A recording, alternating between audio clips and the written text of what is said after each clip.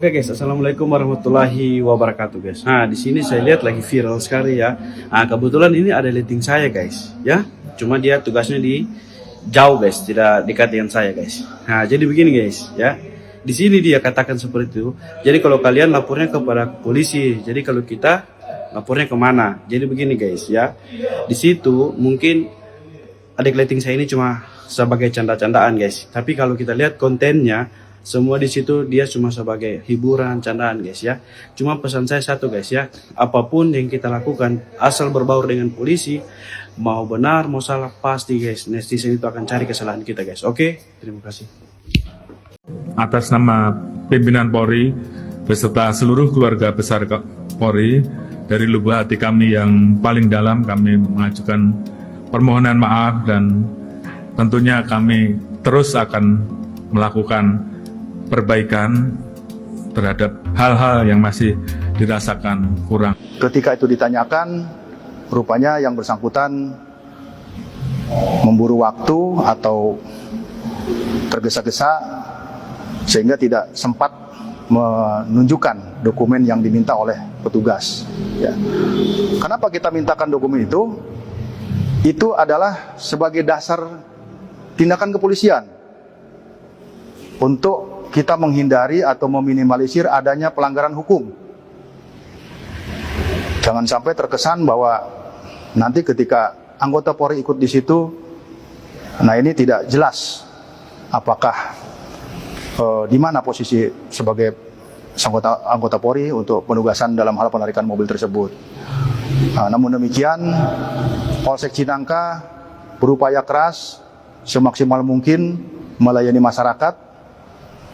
Tidak ada sedikit pun maksud untuk melakukan penolakan terhadap permintaan atau permohonan dari siapapun yang meminta pendampingan. Yo guys, balik lagi bersama saya tentunya Uki. Nah di video kali ini aku mau bahas segmen kali ini ya. Ini ada berita bahwasanya Wakil Ketua DPR minta gaji polisi dan jaksa naik katanya, biar nggak ambil untung atau ada transaksi Maksudnya transaksi apa nih guys ya? Waduh, yuk kita lihat beritanya guys. Kenapa dia minta naik gaji? Jangan bilang nanti ketika polisi gajinya dinaikkan atau jaksa naik, kemudian DPR juga naik. Waduh, sedangkan rakyat masih banyak ya gajinya lebih kecil dari mereka ya. Itu bukti bahwa mereka tidak bersyukur gitu guys. Nah kita langsung lagi ke selanjutnya. Waduh, pantas minta naik gaji supaya seperti ini guys. Netizen pasti bingung kok bisa lulus ya katanya gitu. Wow, big guys. Aduh, jangan sampai aku seperti ini. Yuk kita lanjut lagi di video selanjutnya. Bersama pelaku turut kepada petugas. Oke guys, Kira-kira aku baca dulu ya. Bersama pelaku turut diamankan 5 potongan kayu dengan panjang 65 sampai 68 cm senilai kurang lebih 2 juta rupiah ditangkap. Kasihan guys. Oke guys, assalamualaikum warahmatullahi wabarakatuh guys. Nah, kalian sudah lihat kan ini lagi viral guys, masalah 5 batang kayu guys ya. Tapi di sini saya bukan bahas itunya guys. Saya juga mau itu para koruptor itu yang suka makan uangnya orang itu dikasih begini juga guys ya, supaya masyarakat tahu juga, oh ini pelakunya guys. Oke, terima kasih. Nih lihat nih modalnya polisi di Indonesia. Ada warga berdebat bukannya mengayomi gitu ya, jadi penegak malah duduk nonton. Polisi di Taiwan, sapi yang nyasar aja dianterin pulang. Saking mengayominya itu ya, bukan manusia aja diayomi, hewan juga diayomi di sini dia mah. Emang polisi di Indonesia nggak bisa diandelin. Tuh lihat aja masyarakat. Betul, curiga ada maling di sekolah, warga tidak ada telepon polisi tapi telepon damkar katanya. Saat itu juga anggota damkar sigap dan langsung menuju ke TKP ya. Ada apa-apa panggilnya siapa? Waduh. Damkar, lihat aja nih. Harusnya Damkar. polisi dipanggil, malah damkar dipanggil, ya kan? Saking nggak percayanya masyarakat terhadap institusi itu. Masyarakat Indonesia mikirnya gini sekarang, daripada manggil polisi double rugi, mendingan manggil damkar. Lebih garcep, lebih siap siaga, mengayomi Terus badannya ringan dibawa kemana-mana. Badannya pada atletis rata-rata. Gratis pula nggak bayar, ya kan? Jadi sekarang ibu-ibu mending panggil damkar aja kalau ada apa-apa. Nih, dibawa pergi 3 anggota polisi, pulang babak belur, kemudian meninggal dunia, ditawari uang luka 25 juta. Waduh, kecil banget 25 juta, sehari juga habis itu mah ya. Parah sih ini mah guys, beritanya tuh lihat, kasihan lagi gini. Ini tuh anaknya kayak suaminya deh. Kita lanjut lagi, udah saya. Enggak. Waduh. Pacar saya ini, Mbak. Iya, buka. Mbak, saya bantu anak saya. Oke guys, kita tanya sama Mas Steven Tamung Bolon ya, yang tergabung dalam Perhimpunan Mahasiswa Hukum Indonesia. Kita melihat kejadian di video tadi, apakah kemudian tindakan polisi tersebut dapat dibenarkan oleh hukum atau malah menyalahi aturan. Kira-kira pendapat Mas Steven itu bagaimana? Tentu hal tersebut sangat menyalahi aturan. Karena apa? Untuk melakukan pemeriksaan data pribadi seseorang, hanya ada 2 ketentuan yang diatur dalam pasal 32 KUHP. Yang pertama, saat kejahatan tersebut tertangkap tangan, dan yang kedua, atas wewenang yang diberikan oleh Kepala Pengadilan Negeri setempat. Oke, jadi guys, tindakan yang dilakukan oleh oknum polisi tersebut adalah satu tindakan yang melanggar hukum. Jadi ketika teman-teman diperiksa dengan sembarangan, tanpa satu ketentuan syarat sah, maka teman-teman dapat melawan dengan tindakan semacam itu. Jadi seperti itu guys, pemahamannya. Yang mentang-mentang polisi. Tuh, dengar tuh ya. Rencana akan Ini nasib pilu jauh hari, pria tua yang viral dihajar polisi di Prabu Muli kini harus jalani operasi kesehatan. Nasib pilu jauh hari, pria tua yang viral dihajar polisi di Prabu Muli kini harus jalani operasi. Beginilah nasib jauh hari 54 pria asal Curup, Bengkulu yang menjadi korban arogansi oknum polisi anggota Polres Prabu Muli. Jauh hari mengalami perlakuan tidak menyenangkan, ditabrak hingga ditendang wajahnya oleh oknum polisi yang diketahui bernama M. Yunus. Dirinya mengalami luka parah pada bagian hidung, langsung dilarikan ke RSUD Prabu Muli untuk mendapatkan perawatan medis. Korban JH menderita luka pada hidungnya, dan dari hasil pemeriksaan dokter, terdapat dugaan patah tulang.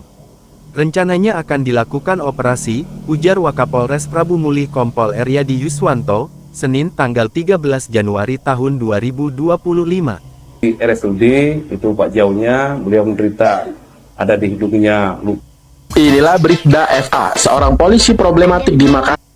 Nih, kok bisa ya udah di PTDH bisa aktif kembali. Luar biasa keadaan coklat Yang dulu pernah dipecat, tapi kemudian diterima lagi, namun kini dia bermasalah lagi. Ya guys, jadi Bribda FA ini bulan Oktober 2023 lalu di PTDH alias dipecat karena telah memperkosa pacarnya. Tapi dia banding, dan ternyata bandingnya diterima karena dia menikahi pacar yang diperkosanya tadi. Waduh, dia jadi polisi aktif lagi. Nah, masalahnya sekarang pacar yang sudah jadi istrinya itu melapor lagi karena Bribda FA melakukan KDRT dan menelantarkan istrinya. Tapi laporan istrinya itu masih diperiksa propam. Wah, berarti pernikahan itu cuma trik si polisi buat lolos banding PTDH ya guys. Lagian kenapa sih sudah dipecat kok diterima lagi? Kerja kalian apa? Ngebegal orang. Tahan orang. Kalau tahan kau coba. Tapi kalau nggak tahan, imsak kau dari sekarang. Kau usah banyak kali pompa, ya. Ikutan geng motor, nanti kena sama kami, beserak. Nangis kau manggil mama. Makan ikan di atas papan. Berani kau begal orang di jalan, peluru ini dimasukkan.